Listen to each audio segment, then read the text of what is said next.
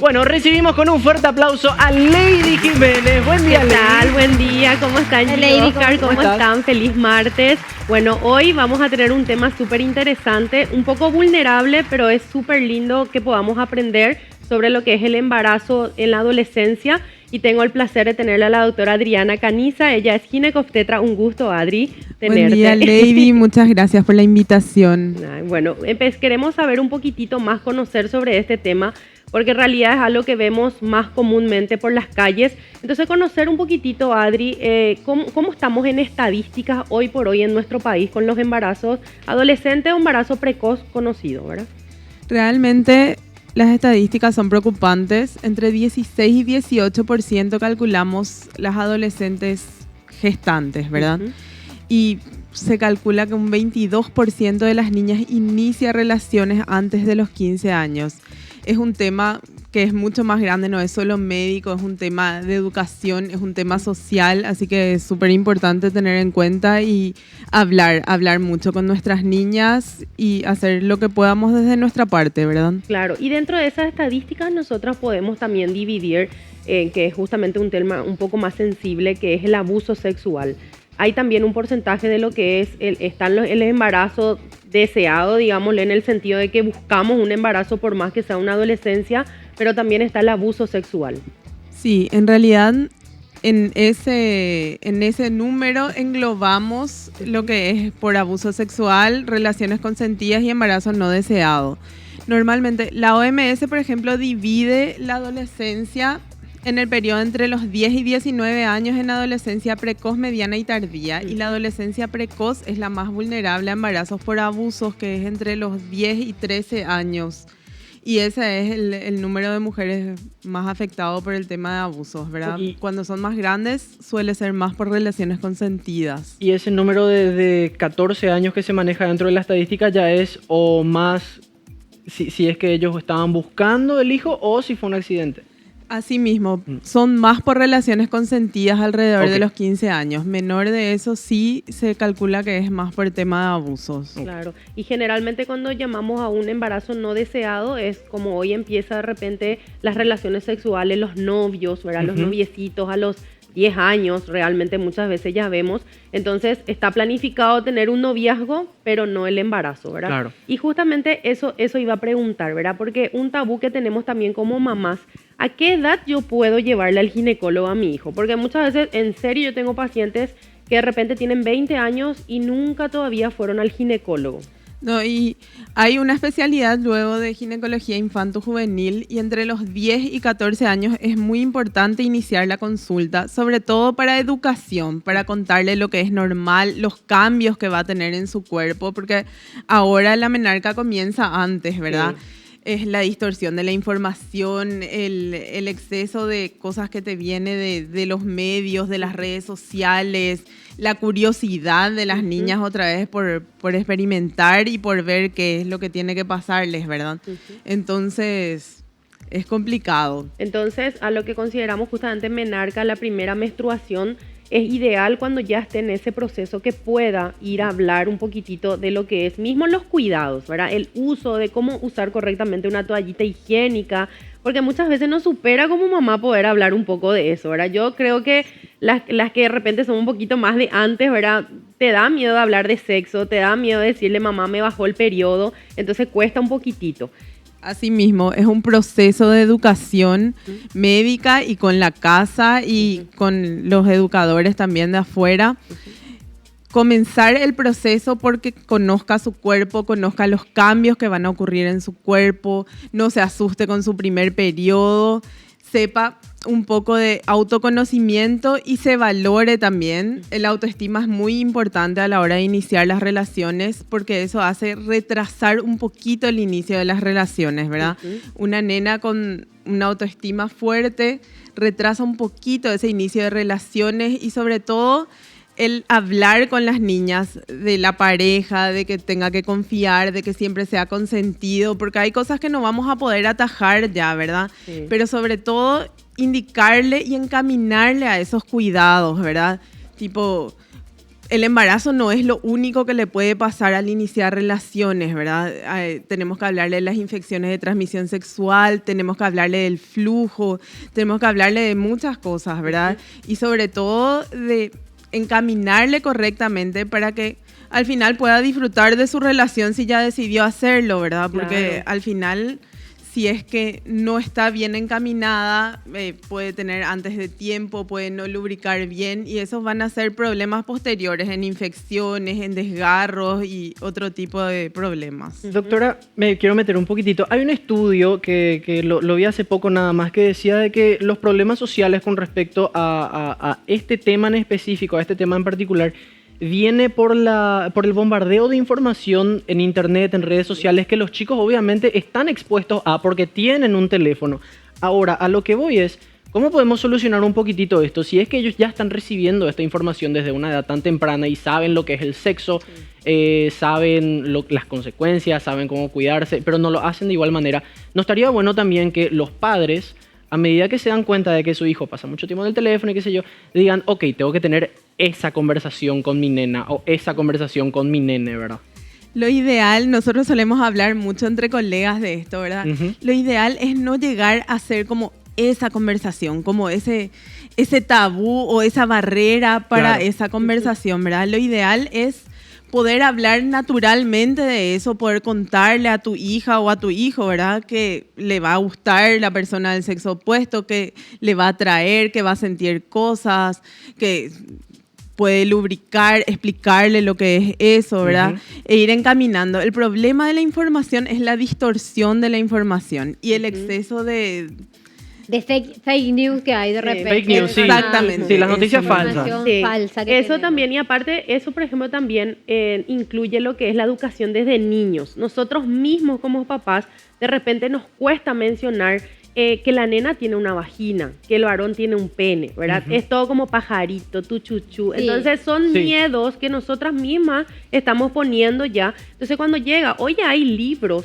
que educan, hablan de la cesárea, del parto vaginal. Sí. Entonces, mi hijo tiene 7 años y tiene un libro que mismo el colegio le proveyó para que él pueda tener ese conocimiento, porque realmente, como yo siempre digo, qué mejor que reciba la educación en la casa que termine el mundo educándole a nuestros hijos y encima de en la forma errónea, ¿verdad? Claro.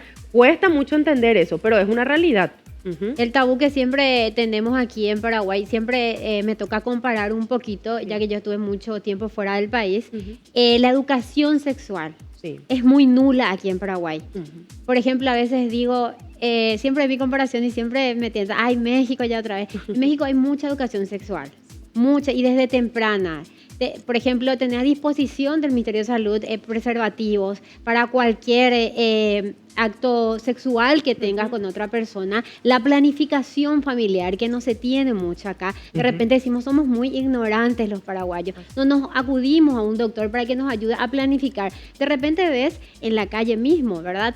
Vemos a los chicos, a los aborígenes, a los indígenas Sí. que están en la calle, ves con 2 niños, son nenas. Sí. Sí. Y decir, ¿por qué ahí no acude al INDI? Yo, por ejemplo, digo, es una opinión muy propia, digo, un DIU que se le ponga a estas niñas, Sí. por favor, porque no pueden traer chicos al mundo para pasar muchas necesidades en las calles. Yo no sé cómo ahí ya el gobierno practica la planificación familiar, porque es desesperante ver los niños en la Sí. calle. Y estamos nulos, estamos lejos de una educación sexual y una planificación familiar. Así. Lastimosamente en Paraguay tiene mucho que ver también esto con el gobierno. Y Sí. todos le dan la espalda. Y hay Sí. un programa, Adri, sobre eso. En los hospitales, el ministerio tiene un programa de planificación familiar que funciona bastante bien, pero muy poca gente accede a eso, ¿verdad? Exactamente. Muy Ah, poca ok. gente acude a consultar. Y sobre todo es el tema de las adolescentes, que me pasa a mí en el consultorio también, que vienen con su mamá y la mamá tipo le hace marca personal Sí. y ve qué es lo que va a decir, si va a iniciar, ya le mira mal. Y Ujú. entonces la consulta tiene que ser abierta, ¿verdad? Sí. Y- Pero ha de ser también muy estresante para el chico tener que entrar con tu madre, para la chica en este caso, tener que entrar con tu madre a tu primera consulta. A veces piden entrar solas y se les deja, ¿verdad? Pero a Claro. veces entran con la mamá porque la mamá es la que les dice, ahora te va a hablar de eso, ahora así. Claro. Ya le indica todo Bueno, lo que se le pero- va a decir. Exactamente. Claro. Y, Es complicado. y nosotros tenemos justamente, Adri, también en los programas el tema de los métodos anticonceptivos.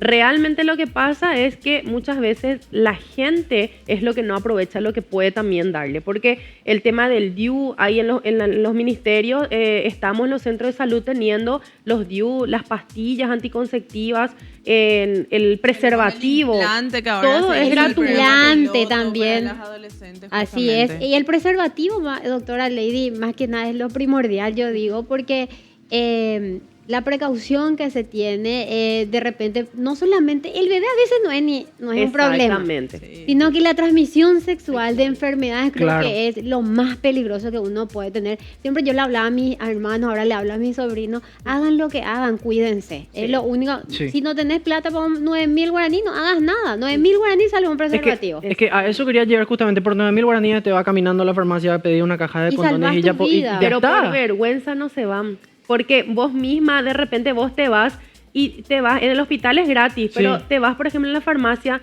y hay hombres adultos que le da vergüenza comprar un preservativo. Sí, sí. O sea, yo creo que uno tiene que irse, me das un preservativo con orgullo, porque Claro. estás demostrando que te vas a cuidar, que Claro. estás teniendo una relación responsable. Pero la gente parece, dame un preservativo, así Sí. tipo como Pero sobre todo, Y se Sí. esconden todo. No, Sí. yo les Pónganse cuento una que cajita vi de una vez. Después te pregunto, ¿y cuál querés? Qué gusto, Vi una vez, Lady. chicos, yo vi una vez que el señor le escribió en el celular y Sí. se rió la chica y me hizo así. Ah, Obviamente me claro. di cuenta que era, porque Claro. le pasa y así. Y sí. pero así está es. bueno eso de normalizar el uso de Sí. preservativos, porque de verdad hay un problema, no sé si en otros países, pero el paraguayo no quiere usar No también. quiere Es usar. un Sí, problema. eso- Entonces, eso es cierto. a las chicas les tenemos que enseñar que le tienen que exigir que se ponga el preservativo. ¿Te puedo corregir, doctora?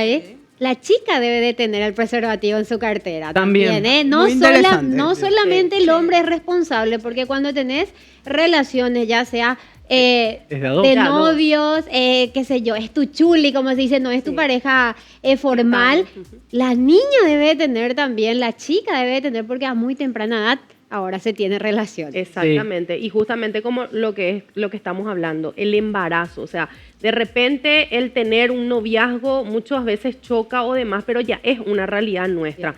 Pero ver a una adolescente embarazada tiene muchos riesgos también el embarazo adolescente. Sí, el embarazo adolescente es diferente a un embarazo de una persona en edad reproductiva real. El embarazo adolescente tiene riesgos porque la pelvis ósea no está completamente desarrollada, tiene mayor riesgo de preeclampsia, de eclampsia. Tiene muchos riesgos la adolescente que se embaraza, riesgos para la mamá y riesgos para el bebé. El bebé tiene más posibilidades de tener un retardo de crecimiento, tiene más posibilidades de tener defectos de tubo neural, muchísimas cosas, muchas implicancias tiene el embarazo adolescente, más las implicancias sociales y económicas, el abandono escolar de esa adolescente. Y ni qué hablar de los La abortos, sociedad, abortos la clandestinos, sociedad, la presión social. Eso quería preguntar. Esa condena social. ¿eh? Antes de cerrar, Oscar Lady, ¿en qué momento, doctora, se utiliza la pastilla esa para cortar? ¿Cuando es solamente un acto de violación? Para cortar el embarazo. A lo mejor. No, la qué sé pastilla yo, del día después está indicada si es una relación y no quiere quedarse embarazada y no está usando un método anticonceptivo, está indicada la Está pastilla indicada. del día después, sí. Ok. No es el método que elegimos porque la carga hormonal es grande, Sí. pero preferimos que tenga una carga hormonal grande a tener un embarazo no deseado, ¿verdad? Eso es O un importante. aborto clandestino o la presión social. El problema de las embarazadas adolescentes también es que acuden a la consulta muy tarde, Muy ¿verdad? tarde. Sí. Porque tratan de ocultar Por- lo más que pueden. Sí. Por miedo, vergüenza, tratar de ocultar de los padres mismos. Dinero a veces Dinero también, también. No tienen el dinero para poder consultar y de repente las decisiones ellas se hacen un poquito ya peligrosas y delicadas. claro. Así mismo. Claro. Así mismo. Y doctora, para ir cerrando, en caso que yo esté teniendo justamente alguna persona que esté mirando, esté pasando por esta situación de un embarazo adolescente, ¿dónde podemos acudir? ¿Dónde podemos buscar esa ayuda y esa orientación? En cualquier hospital o sanatorio, el tratamiento de una embarazada adolescente tiene que ser multidisciplinario. Tiene que haber psicólogo, tiene que haber pediatra, tiene que haber ginecólogo, probablemente algún clínico también, ¿verdad?